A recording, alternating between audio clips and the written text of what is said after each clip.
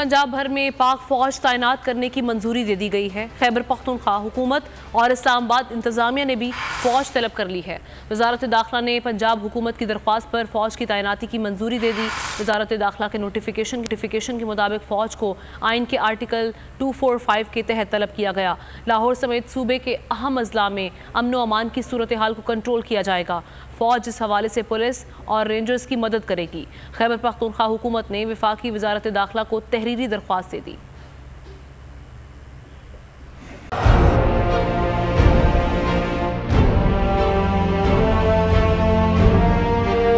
अदालती अहकामात के बावजूद कराची में शुएब शेख के घर को गैर कानूनी तौर पर मिसमार कर दिया गया है।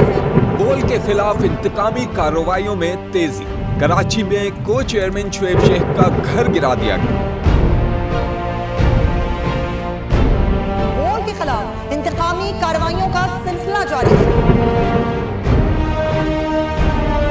सिंध हुकूमत की अदालती अहकामात की खिलाफ वर्जी। सिंध हाई कोर्ट का स्टे ऑर्डर नजरअंदाज।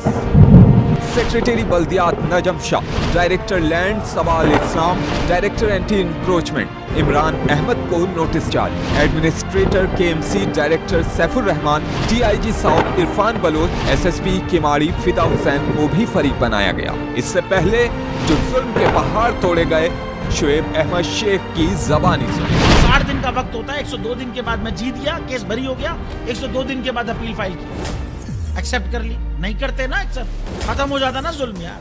भरी अदालत में मुझे बरी कर दिया, फिर पता नहीं क्या हुआ, 2.5 घंटे बाद का नोट बिफोर, मैं नहीं सुनता ये केस। खड़े रहते अपने फैसले पे, मिट जाता जुल्म। अल्लाह ताला ने बिठाया इस कुर्सी, इन कुर्सियों पे इनको यार, ये अल्लाह ताला की तरफ से फैसले करने हैं।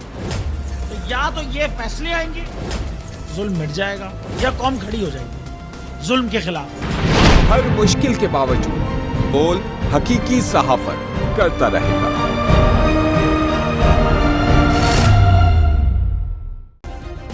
सब्सक्राइब करें और बेल दबाएं ताकि कोई खबर रह न जाए।